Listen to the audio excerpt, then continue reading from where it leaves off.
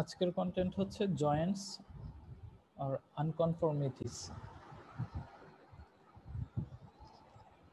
তো জিওলজিতে ফ্র্যাকচারকে জয়েন্ট বলে যেখানে মুভমেন্ট নাই, আর কোন একটা ফ্র্যাকচারে যদি মুভমেন্ট থাকে সেটাকে আমরা ফল্ট হিসেবে ডিফাইন করেছি। ফল্ট আমরা প্রিভিয়াস লেকচারে পড়েছিলাম। মোস্ট অফ দ্য রকে দেখা যায় ব্রোকেন পার্ট, স্মুথ ফ্র্যাকচার দেখা যায়, এটাই জয়েন্ট। আর যদি ফ্র্যাকচার না থাকে ওই রককে এটা ইনট্যাক্ট রক বলবে।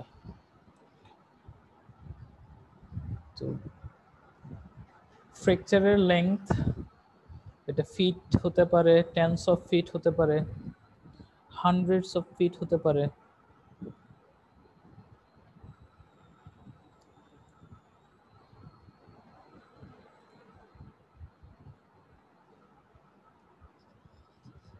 অলমোস্ট জয়েন্ট প্লেনই হয়, কিন্তু এটা কার্ভেচারও থাকতে পারে, কার্ভডও হয়। বিভিন্ন ধরনের জয়েন্টের চেহারা দেখতে পাবো। এটা হচ্ছে হরাইজন্টাল জয়েন্ট, অর্থোগোনাল, এখানে অনেক রকমই আছে, আঁকা বাঁকা, প্লেন না, ফাটল আছে, ফ্র্যাকচার আছে মানেই জয়েন্ট। এটা হচ্ছে কলামনার জয়েন্ট, কলাম কলাম হয়ে আছে তাই।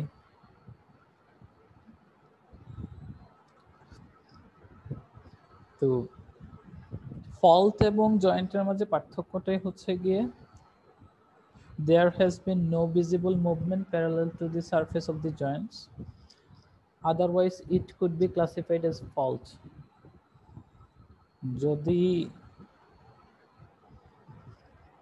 মুভমেন্ট থাকে তখন এটা ফল্ট হয়ে যাবে, আর ফ্র্যাকচারে মুভমেন্ট না হলে, ফ্র্যাকচার হওয়ার পরে মুভমেন্ট না হলে এটাকে আমরা জয়েন্ট হিসেবে বললাম, কারণ এইগুলো ফ্র্যাকচার আছে বাট মুভ করে না, যেটা কিনা আমরা ফল্টে দেখেছি, ফল্টগুলো মুভ করে, ফল্ট লাইনে মুভমেন্ট হয়।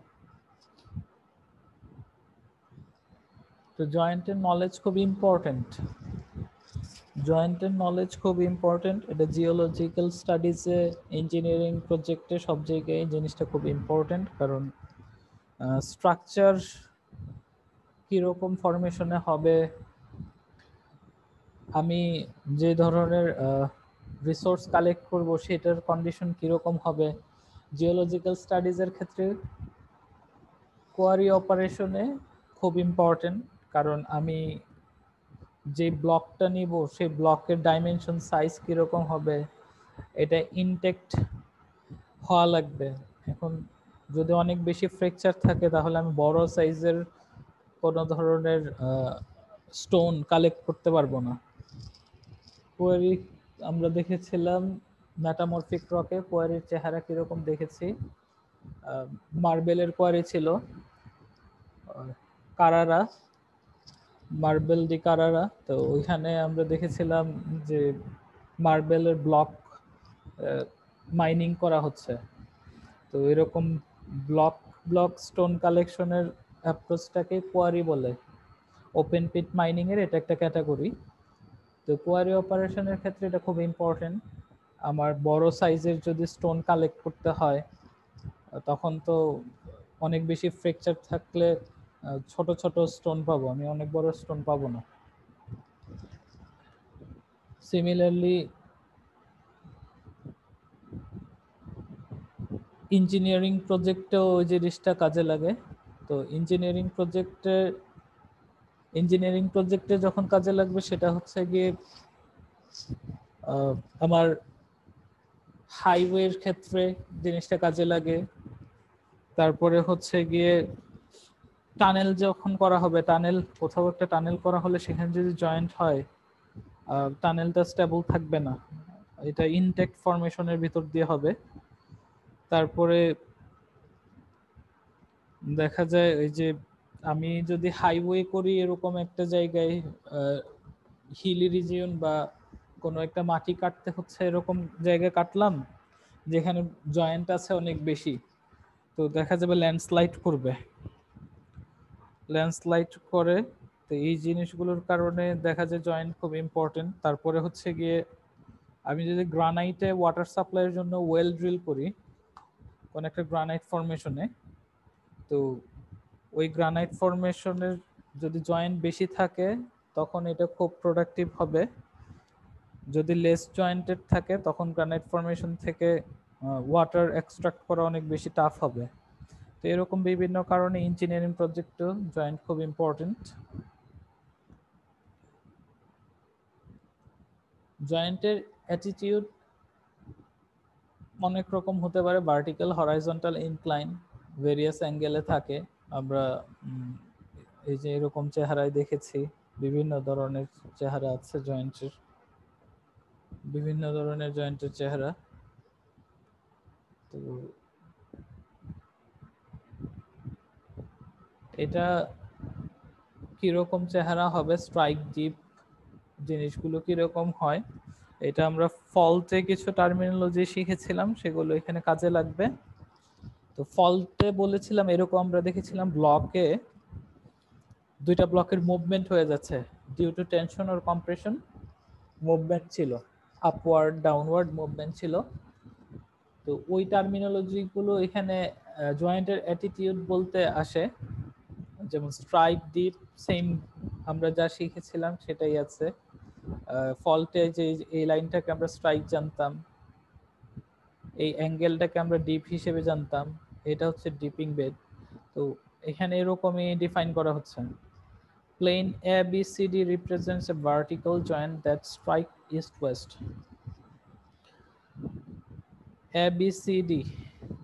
ABCD যে প্লেনটা আছে এটা একটা জয়েন্ট, জিনিসটা ইস্ট ওয়েস্ট বরাবর স্ট্রাইক করা আছে, এই যে এরকম, এটা ইস্ট ওয়েস্ট বরাবর স্ট্রাইক করা, যেখানে কিনা আবার হচ্ছে গিয়ে যে GH এটা নর্থ সাউথে স্ট্রাইক করে আছে। তো প্লেন BDEF এই জিনিসটা ভার্টিক্যাল জয়েন্টে আছে নর্থ সাউথ বরাবর। তারপরে GHIJ এই জিনিসটা স্ট্রাইক করেছে নর্থ সাউথ বরাবর, কিন্তু ডিপ করেছে 50 ডিগ্রি অ্যাঙ্গেলে, মানে এইদিকে ইনক্লাইন্ড হয়ে এইদিকে আসছে। তো ভার্টিক্যাল জয়েন্ট, ইনক্লাইন জয়েন্ট, অনেক ধরনের জয়েন্টই হতে পারে। মানে কোন একটা ফ্র্যাকচারের সারফেস দেখা যাচ্ছে মানেই জয়েন্ট। এই জন্য এই যে ABCD এটা জয়েন্ট ইস্ট ওয়েস্ট বরাবর বলা হচ্ছে। আবার BDEF যেটা সেটা নর্থ সাউথ বরাবর ভার্টিক্যাল জয়েন্ট হিসেবে এটা কনসিডার্ড হচ্ছে। আর এই যে এই প্লেনটা যেটা দেখা যাচ্ছে GHIJ, এই জিনিসটা ইনক্লাইন্ড অবস্থায় আছে। তো ইনক্লাইন্ড অবস্থায় আছে, এটা নর্থ সাউথ স্ট্রাইক করেছে কিন্তু ডিপ আছে 50 ডিগ্রি, জিনিসটা ইস্ট বরাবর ডিপ করে আসছে পূর্ব দিকে। এই যে আমাদের এখানে দিক দেখানো আছে, উপরের দিকে নর্থ বলি, নিচে সাউথ, আমাদের ডান দিকে ইস্ট, বা দিকে হচ্ছে ওয়েস্ট। তো এটার ট্রেনটা 50 ডিগ্রি ইস্টের দিকে, পূর্বের দিকে আসতেছে, তাই এই জিনিসটাকে এভাবে ডিফাইন করা আছে জয়েন্ট। তো এরকম চেহারাও দেখা যায় বিভিন্ন জায়গায়। এই যদি একটা ফোল্ড, একটা লেয়ার ফোল্ড হয়ে আছে, এই ফোল্ড হয়ে থাকলে আমরা দেখেছিলাম যে ডিউ টু কম্প্রেশন ফোল্ড হয়, দুই দিক থেকে স্ট্রেস আসার কারণে জিনিসটা ভাঁজ হয়ে গেছে।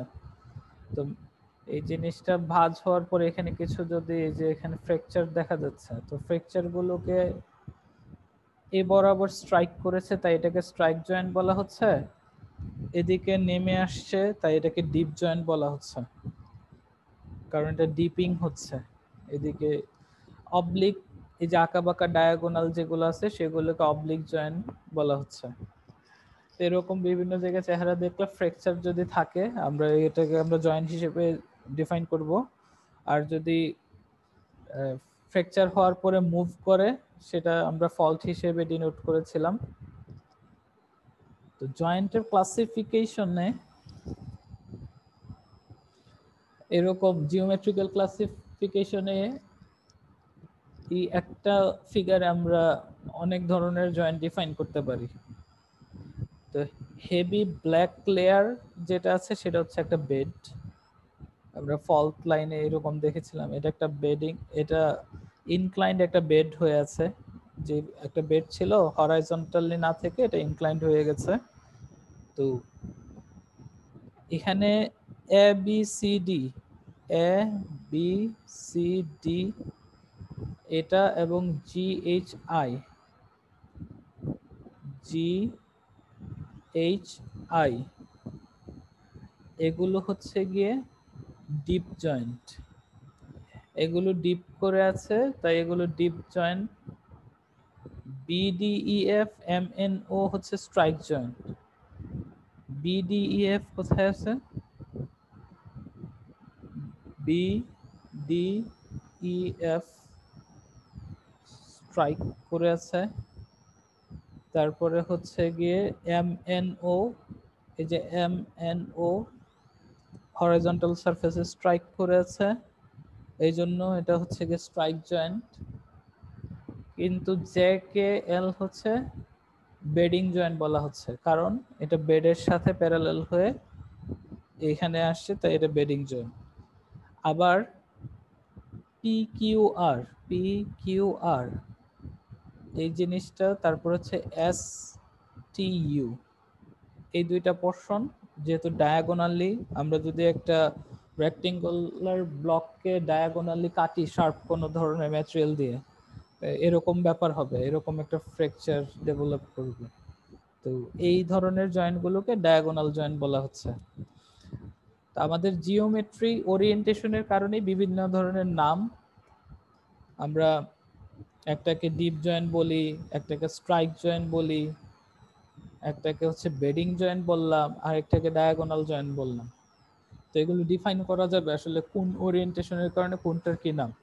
তো এটা একসাথে geometrical classification of Joints explain করার জন্য এটা একটা কমন ফিগার। এই একটা ফিগার দিয়ে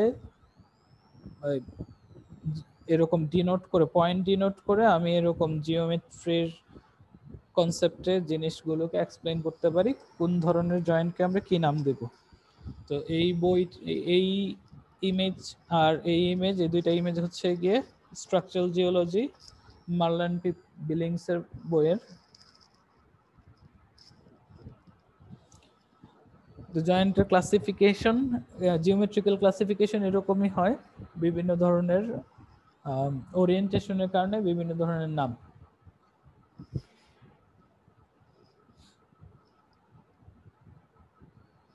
দেন আসি আনকনফর্মিটিতে। আনকনফর্মিটি এরকম একটা নাম, মানে এখানে একটা ইরেগুলারিটি চলে আসছে। চেহারাটা যদি দেখি আসলে এরকম বারিয়াল হচ্ছে লেয়ার, এখানে লেয়ার গুলো বারিয়াল হচ্ছে, কিন্তু এখানে কিরকম একটু আলাদা অন্যরকম হয়ে গেছে। মানে এটা একটা ট্রেন্ডে ছিল, জিনিসটা কোনো কারণে আপলিফটেড হয়ে বা কোনো টেকটনিক মুভমেন্টের কারণে এরকম ইনক্লাইন্ড হয়ে গেছে, এই বরাবর একটা ইরোশন হয়ে গেছে, তারপরে এখানে হচ্ছে আবার নতুন করে ডেপোজিশন হয়ে ফাইনালি একটা চেহারা এরকম হয়েছে। তো এরকম ব্যাপারটাই হচ্ছে আনকনফর্মিটি, মানে রেগুলারিটি নাই। যেমন এই যে এইটুক জিনিসটা রেগুলার ছিল, এটাও রেগুলার ছিল, এই যে এখানে একটা কম্বিনেশন হয়েছে, এই ধরনের এই এই কনসেপ্টগুলি হচ্ছে আনকনফর্মিটি। বিভিন্ন রকমের আনকনফর্মিটি হয় বিভিন্নভাবে বিভিন্ন চেহারায়, নেক্সট স্লাইডগুলোতে আছে। তো আনকনফর্মিটির মূল কাজ, মূল কনসেপ্টটাই হচ্ছে এটা, মানে একটা ট্রেন্ডের চেঞ্জ আসছে, মাঝে হচ্ছে ইরোশন একটা জিনিস ঢুকে গেছে, মানে এই সারফেসটাতে ইরোশন আছে, এইখানটাতে ইরোশন হয়ে নতুন আরেকটা ট্রেন্ড এখানে ডেভেলপ করে। তো আনকনফর্মিটি স্ট্রাকচারাল ফিচার, যেখানে ইরোশন ডিপোজিশন এই দুইটা জিনিস থাকবে। টেকটনিক প্রসেসের কারণে অবশ্যই টেকটনিক প্রসেস আছে, না হলে এরকম চেহারা হয় না। কারণ নর্মালি যদি সেডিমেন্ট বারিয়াল হতে থাকে, স্বাভাবিক ট্রেন্ডে থাকবে, এরকম হরাইজন্টাল, একটার উপরে একটা জমা হবে, নিচেরটাকে আমরা ওল্ডার রক বলি, উপরটাকে ইয়াঙ্গার রক বলি। তো এই যে জিনিসটা আগে জমা হয়ে এরকম একটু বাঁকা হয়ে উপরে উঠে আসছে, এটা টেকটনিক মুভমেন্টের কারণেই। আবার এই বরাবর ক্ষয় হয়ে গেছে, এটার উপরে আবার ডেপোজিশন হয়েছে, এই সব মিলে হচ্ছে আনকনফর্মিটি। তো এখানে হচ্ছে টেকটনিক মুভমেন্টও থাকবে, এখানে ইরোশনও থাকবে, আবার এটার উপর ডিপোজিশনও থাকবে, সব মিলে আনকনফর্মিটি। তো এরকম স্ট্রাকচারাল ফিচারকে আমরা আনকনফর্মিটি বলি। এটা অনেক সময় ফল্টের সাথে কনফিউজড হতে পারে, যে জায়গায় হয়তো বেডিং লেয়ারটা কম।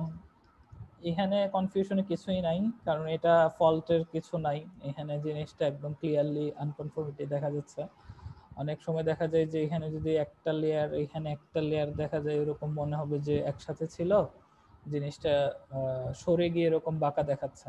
মানে আমরা ফল্ট বলতে যেটা বুঝতাম, ফল্টে হচ্ছে মুভ করে লেয়ারের একটু চেঞ্জ চলে আসে। ভ্যালুয়েবল ডেপোজিট, এরকম আনকনফর্মিটি যেখানে আছে সেখানে পেট্রোলিয়াম, মিনারেল, এই ধরনের ব্যাপারগুলো পাওয়া যায়, সম্ভাবনা আছে। কারণ দেখা যায় পেট্রোলিয়ামের আমরা বিভিন্ন ধরনের যে অরিজিন অফ পেট্রোলিয়ামে সোর্স রক থেকে মাইগ্রেট করে রিজার্ভের রকে এসে যে জমা হয়, ওসব জায়গায় সিল হওয়ার জন্য এরকম কিছু স্ট্রাকচার দেখা যায় এসেনশিয়াল পার্ট হিসেবে থাকে। তো এরকম স্ট্রাকচারে দেখা যায় যে দিক থেকে এসে এটা যদি একটা সোর্স রক হয়ে থাকতো, এই দিক থেকে এসে এই জায়গায় যদি এখানে রিজার্ভার রক হয়, উঠে এসে এইখানে এটা ক্যাপ রক হিসেবে কাজ করতেছে, এখানে আটকা পড়তেছে। তো ঠিক এই জায়গাটাতে দেখা যাবে অয়েল এন্ড গ্যাস জমা হয়ে আছে, এরকম অনেক চেহারা আছে। আনকনফর্মিটিজ এর ক্যাটাগরি ক্লাসিফিকেশন যদি বলা হয়, এরকম 3 ক্যাটাগরিতেই একটা ডিফাইন করা যায়: নন কনফর্মিটি, অ্যাঙ্গুলার, ডিসকনফর্মিটি। নন কনফর্মিটি হচ্ছে ডেপোজিশন হয় নাই,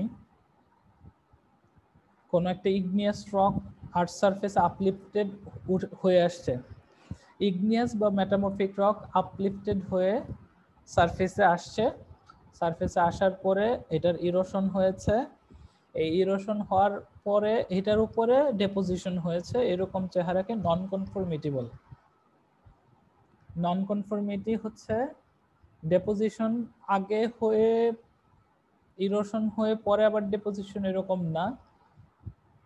ইগনিয়াস রক অথবা মেটামরফিক রক আপলিফট হয়ে আসছে, সেটাতে ইরোশন হওয়ার পর ডেপোজিশন হয়েছে। ডিসকনফর্মিটি আর নন কনফর্মিটির মাঝে তফাৎটা এই জায়গায়। আর ডিসকনফর্মিটিটা হচ্ছে গিয়ে আগে কিছু সেডিমেন্টের রক, এই যে বারিয়াল হয়েছিল, একটা ইরোশন হয়েছে, তারপর আবারও ডিপোজিশন হয়েছে, এইটার নাম হচ্ছে ডিসকনফর্মিটি, মানে একটা ডিসকন্টিনিউইটি আসছে। এই যে এই জিনিসটা ডিসকনফর্মিটি হিসেবে কাজ করে, জিনিসটা ডিসকনফর্মিটি, ডিসকন্টিনিউয়াস। বাট এখানে কোনো কন্টিনিউইটি ছিল না, দুই টাইপের রক। এটা নিচ থেকে উঠে আসছে,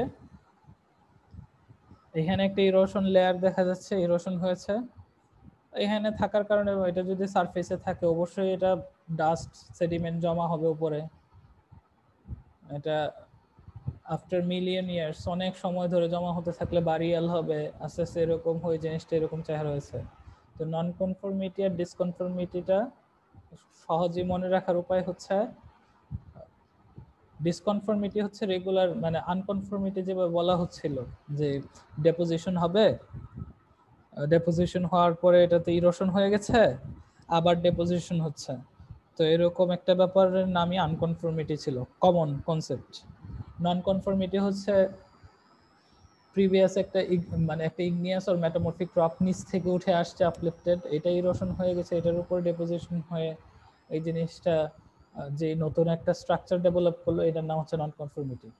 আর অ্যাঙ্গুলার কনফর্মিটি হচ্ছে ডেপোজিশন হয়েছিল লেয়ারগুলো, এটাতে টেকটনিক ফোর্সের কারণে, টেকটনিক মুভমেন্টের কারণে জিনিসটা বাঁকা হয়ে গিয়েছে, এরকম অ্যাঙ্গুলার হয়ে গিয়েছে, এই সারফেসের উপর একটা ইরোশন হয়েছে, তার উপরে কিছু জিনিস জমা হয়েছে, ফাইনালি যে স্ট্রাকচারটা দাঁড়িয়েছে সেটার নাম হচ্ছে অ্যাঙ্গুলার কনফর্মিটি। অ্যাঙ্গুলার এই কারণেই যে প্রিভিয়াস যেই বেডগুলো ছিল মানে যেটার ইরোশন হয়েছে সেই জিনিসটা অ্যাঙ্গুলার ফরম্যাটে ইনক্লাইন্ড হয়ে গেছে। অল্প কথায় এখানে ডিফাইন করা আছে, আমি যেরকম বলেছি এরকমই এখানে সেন্টেন্স লেখা আছে। এটা অল্প কথায় এটুকু লিখলেই হয়। মূলত আসলে স্ট্রাকচারাল জিওলজির এই ফিচারগুলো সবগুলোই স্কেচ করা ম্যান্ডেটরি। আর স্কেচ ক্লিয়ারলি করতে পারলে এখানে জিনিসটা স্কেচটা দেখলেই বোঝা যায়, এক্সামিনার বুঝবেন। আর লিখার কারণে হচ্ছে গিয়ে বাকি ক্রেডিটটা পাওয়া যাবে আর কি, যদি কোনো কিছু এক্সপ্লেইন করতে বলা হয়। বাট যতই লিখা হোক, আঁকতে না জানলে বোঝা যাবে কনসেপ্ট ক্লিয়ার না। তো এই জন্য স্কেচগুলো ম্যান্ডেটরি। স্ট্রাকচারাল জিওলজির প্রত্যেকটারই ফোল্ড থেকে শুরু করে ফোল্ড, ফল, জয়েন্ট, আনকনফর্মিটি, এটা স্কেচ খুব ইম্পর্টেন্ট। তো স্কেচ করতে পারলে লেখাটা নিজের সেন্টেন্স স্ট্রাকচারে নিজের মতো করে লিখে ফেলা যায় যদি কনসেপ্ট ক্লিয়ার থাকে। অন্য চেহারায় যদি দেখি, আমি যদি একটা 3D ইমেজ থেকে দেখি, এরকম দেখা যাবে প্রত্যেকটা জায়গায় ইরোশনের কারণে একটা লাইন দেখা যাচ্ছে। এই লাইনগুলি আসলে আনকনফর্মিটি, মূলত লাইনগুলি হচ্ছে আনকনফর্মিটি। আর এই লাইনটা তৈরি হয়েছে ইরোশনের কারণে। মানে নর্মালি যে এই লাইনগুলো, এগুলো হচ্ছে পার্টিকেলের চেঞ্জের কারণে একটা ডিফারেন্ট লেয়ার, বাট ইরোশন নাই। যেখানে ইরোশন ঢুকে গেছে, মানে একটা লম্বা সময় এটার উপর ডেপোজিশন হওয়ার আগে এই জিনিসটা কোনো কারণে ইরোশন হয়ে গেছে, এই কনসেপ্টটাই হচ্ছে আনকনফর্মিটি। তো এটা ডিসকনফর্মিটি 3D ইমেজ। অ্যাঙ্গুলার কনফর্মিটি এরকম যে বাঁকা আগের যে লেয়ারটা ছিল সেটা টেকটনিক ফোর্সের কারণে ইনক্লাইন্ড হয়ে গেছে। ইনক্লাইন্ড হয়ে যাওয়ার পরে কিছুদিন ইরোশন হয়েছে, তারপরে আবার এটার উপর ডিপোজিশন হয়ে এরকম একটা স্ট্রাকচার ডেভেলপ করে। বাট এখানে ইরোশনের যেই সারফেসটা, যেই ডিমার্কেশন লাইন, সেটা রয়ে গেছে। তো এটাও একটা আনকনফর্মিটি, এটাকে অ্যাঙ্গুলার বলতেছি এই কারণে। আর নন কন্টি হচ্ছে ইগনিয়াস রক, মেটামরফিক রক উঠে আসছিল, সেটা ইরোশন হওয়ার পরে এটার উপরে আবারও বারিয়াল হয়, লিথিফিকেশন হয়ে রক ফর্ম করে, এটা নন কনফর্মিটি। আর ডিসকনফর্মিটি হচ্ছে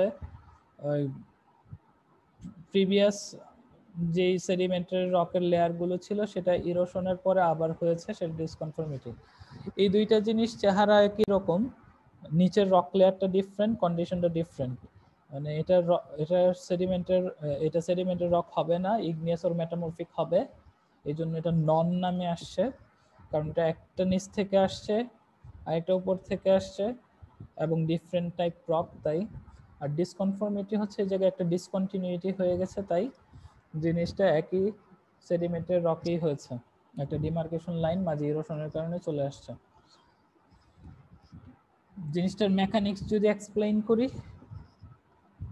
তাহলে এরকম হবে: বেড 1, 2 ডেপোজিটেড, ওয়ান্স আপন এ টাইম 1 আর 2 ডেপোজিশন হয়েছিল।